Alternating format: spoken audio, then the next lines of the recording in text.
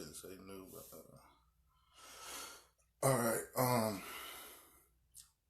I hesitated to press start on the video because well, first let me start by saying I'm definitely not the leading expert on transgenerational trauma, but if anybody knows me, when I research a lot of stuff and kind of been diving into that a little bit, and it can be used to explain what's going on right now. And not saying that'll fix the problems, but understanding it might, help us not see, or help us to see, like as far as the white people, help them to see that all this protesting and acting out, like they call it, isn't acting out at all, but it's kind of overdue. And also, if us as black people understand it, then we'll know why they don't understand it. So first, I want to say I would start by I had to dive into myself first. I had to dive into my trauma personally, and it was simple. It wasn't a deep thing, but if you know me, you know I grew up without my mom. My mom was alive, but and she was in same city that I was in or whatever. But I didn't really start having contact with her till I turned about 18 or whatever. So, but what I didn't know that was doing to me was creating a image of women to me that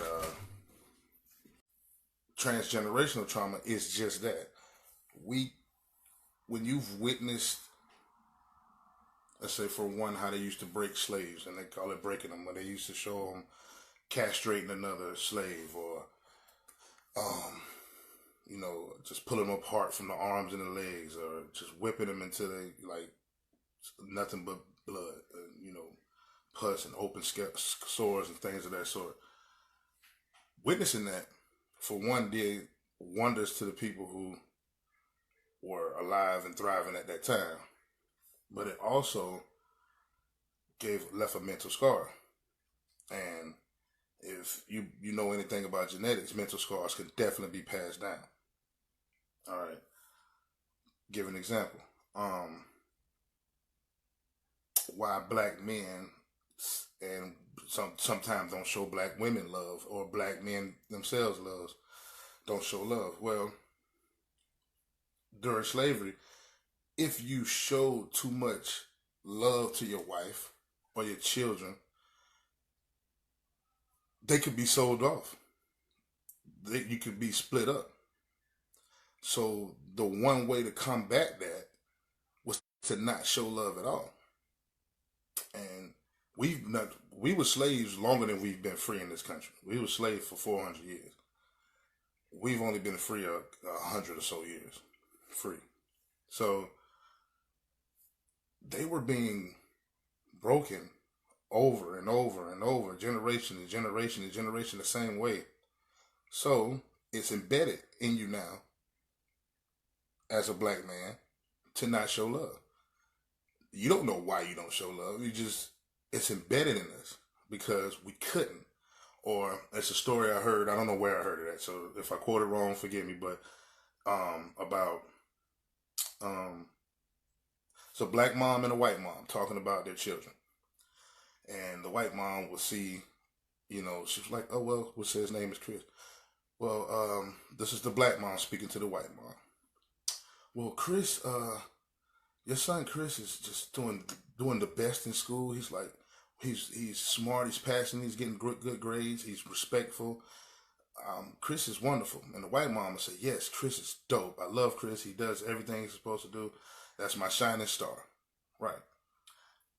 Ask the black mom, but then she compliments the black mom. Well, Darius is above Chris in the class. Darius is just as loving. Darius passes all his classes. And Darius is like doper than Chris. And the black mom will say, yeah, well, that knucklehead. It's not to say that she doesn't love Darius. Not to say she's not proud of Darius, but again, a learned behavior, a genetically passed down behavior. If a slave owner saw that those kids were becoming of age, or a smart one or a strong one, they'd sell them off. They became a high commodity. So that's another built-in mental, thing that we had to get past or whatever. So we still haven't got past any of that. Fast forward to today, we see people acting out. We see, well, I keep saying acting out, but it's not acting out. And the white folk today will say, "Well, I'm not racist. I didn't have slaves. I didn't do anything to you," which is true, and they're 100% correct. But you do have an obligation to understand another person and what they're going through. So you might not have contributed to that trauma, but that doesn't mean that trauma doesn't exist. We can say Black Lives Matter, all lives matter, until we understand why Black people feel like their life doesn't matter to others. We got some stuff to fix in-house. That's definitely not getting swept under the rug. We got a lot to fix in-house, but that doesn't give you the right to kill me. That doesn't give you the right to not try to understand what I'm going through here, because mental health is everything. So my point is, instead of criticizing somebody, because they didn't do the Jewish people like that about the Holocaust. Right now, if a Jewish person says that they are experiencing trauma because of their people that were killed in the Holocaust, it's understood. I even think they got reparations for that. It's understood. Yes, this is what happened. So if those atrocities could make transgenerational trauma, why couldn't slavery? Because if you look up transgenerational trauma right now, the first two demographics of people that comes up are African American and then Native American. Right, neck and neck.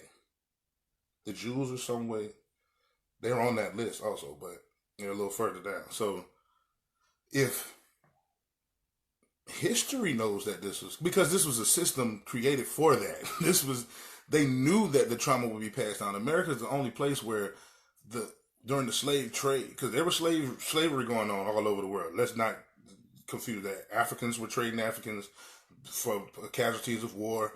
Europeans had been trading, so let's not misconstrue that. It was slavery going on all over the world, but only in America was it generational. Were they breeding slaves to make more slaves to last longer, to make their businesses more profitable? So they knew that breaking you this way, would break you forever. That's why a lot of older white folks do not like to talk about slavery. You talk to an 80-year-old white lady and see how she feels about slavery. Because I do it all the time. I'm not saying it's the right thing to do by questioning people, but I do it all the time. So they don't even like to talk of it because A, it was very inhumane, and in today's society you would be shunned for talking about it. And B, why would I tell y'all, if I wanted to break your history, why would we even give you history? So it's and I wish I wouldn't have had it sideways because I want to see y'all comments, but it's imperative that we understand our own trauma first, because by understanding your trauma, you can pause it. You can pause it. I'm not saying you can overcome it, but in those times of complete rage, in those times of uncertainty about what's going on, you'll have something to go to and say, you know what? This is why I feel like this. Let me hone in and calm myself down before I turn into the person I know I am. And I do it. Listen, man, I'm a big black dude with dreads, right? When anybody see me first sight, I am a stereotype. Regardless of who I am, what schooling I have, how long they've known me, your immediate reaction to me is going to be the exact same reaction you have to a person of color in the hood. And that's where I come from. That's who I am. I'm not, and I'm not proud of the hood aspect of it, but I am proud to be black. So I try to stick my chest out a lot and tell people, who I am before they perceive me. But it's now I even have a better understanding of why they don't think they have a responsibility. I mean, I'm saying they, I mean white people. Why they don't think they have a responsibility to ease our traumatic mind, like because they weren't there. But if you are a human being, and this is basically what I'm trying to say. If you are a human being, then you understand the atrocities of slavery was wrong. Stop judging these young black men who don't even know why they're feeling how they feel. I talk to them all the time. I coach for years. I've never heard a kid say, "Yeah, I'm like this because my dad did." I've never heard them. We give them that, but his dad wasn't here. It's just not on him. His dad being locked up is just not on him. This is stuff that was systematically put in place so he wouldn't be here. So his mom would have to depend on the government because without a dad, without a strong head figure in the early 70s, late 70s, without those people there, she would have to depend. She still had to feed the kids. She still had to have the rent paid, so she would have to depend on the government. So don't for one think the dads just left. No, this was a plan, and if we didn't have any control over it. So today we have control, but we have a minute amount of control.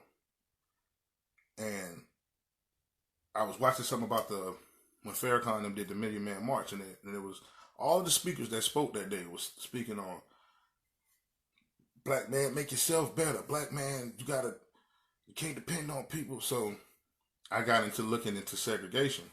This is kind of a little off, but it still relates. I got into looking into segregation, and it's the truth that people not gonna like that. But when we were segregated, black people did not depend on white people. Black people went and did their own. We farmed our own. We did a lot of things. So when we started to integrate, we lost a lot of those skills. We lost a lot of those hands-on things, and we allowed the government to do for us. Now you have a total dependency on the government because of that. So people don't like to talk about that because it's racy, but to say that it's your fault is wrong. It's not your fault. None of it is. But we do have an obligation today to recognize what's going on with us and fight it right at the front door. So all of my entertainment friends, everybody that hit me lately, we got a lot. They want to do work and a lot of that, but I just feel like I didn't know a lot of this stuff.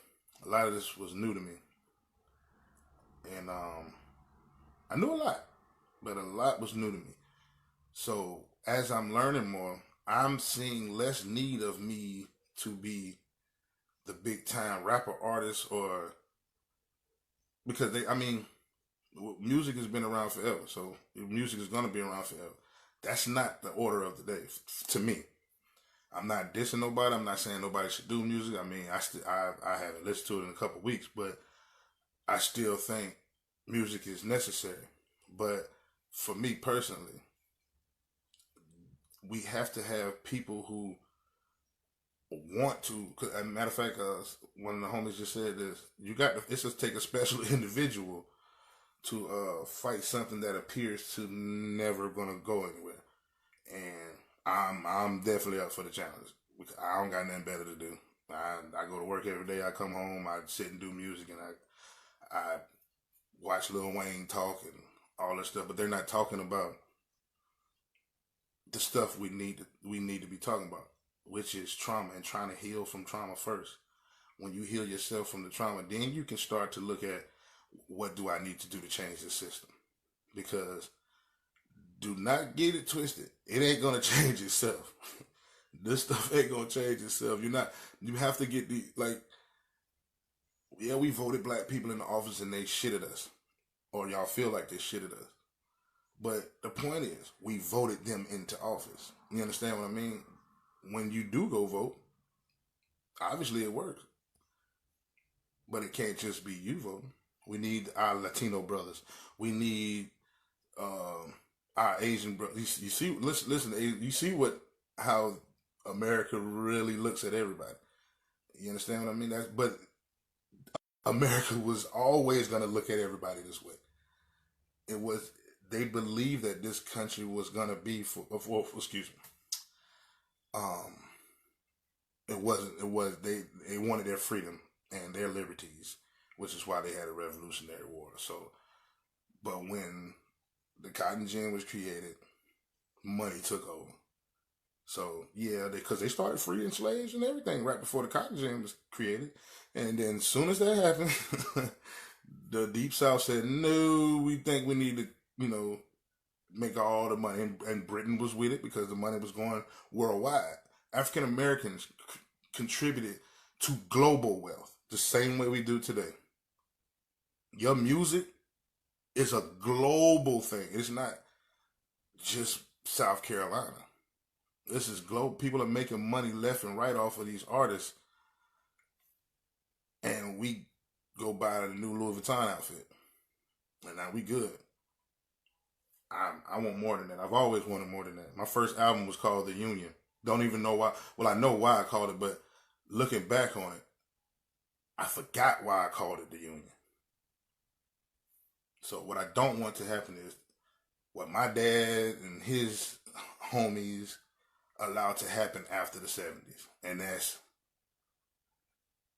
drop the ball. We can't drop the ball no more. It cannot be a time when we sit back and say, well, we good with I'm making money. Because I got a lot of friends that say, man, I'm good. I'm straight.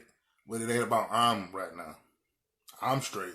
I have a good job. I got my son, my family's with me. Like, I'm straight. But I'm not straight if you're not straight. I want to walk outside and say, oh, I know I'm good because Chris good, Darius good. I want everybody to be good. So that's just me. Maybe you're not a selfless person, but I've always been self. I've always put people in front of me when I've had ample opportunities to just leave everything and leave all the people behind, but I never did that. So I'm never going to do that today. And we can criticize, we can talk about people's past or whatever, but point blank, I'm on a new mission. And like today, the first thing I see that we need to acknowledge is that the trauma is real. People are not just out protesting in 90-degree weather because they just felt like doing it today. No, they don't even know why, but it's in their spirit to go out here and protest what they perceive as injustice.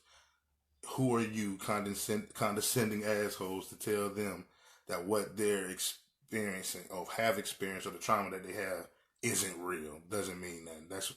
That's the worst thing you can do, white people. The worst thing you can do is act non-understanding of what's going on. If you have anything negative to say about it, just shut up and let it happen. And I say that. But yeah, I think my brother's calling to curse me out because he don't think I should have did this, but I had to, man.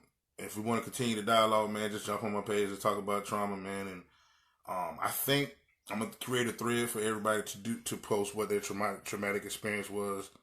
Not with the cops, because we know all black people have traumatic experience with the cops. So just recognize your own traumatic experiences and how we're gonna grow from it. But we'll tackle that.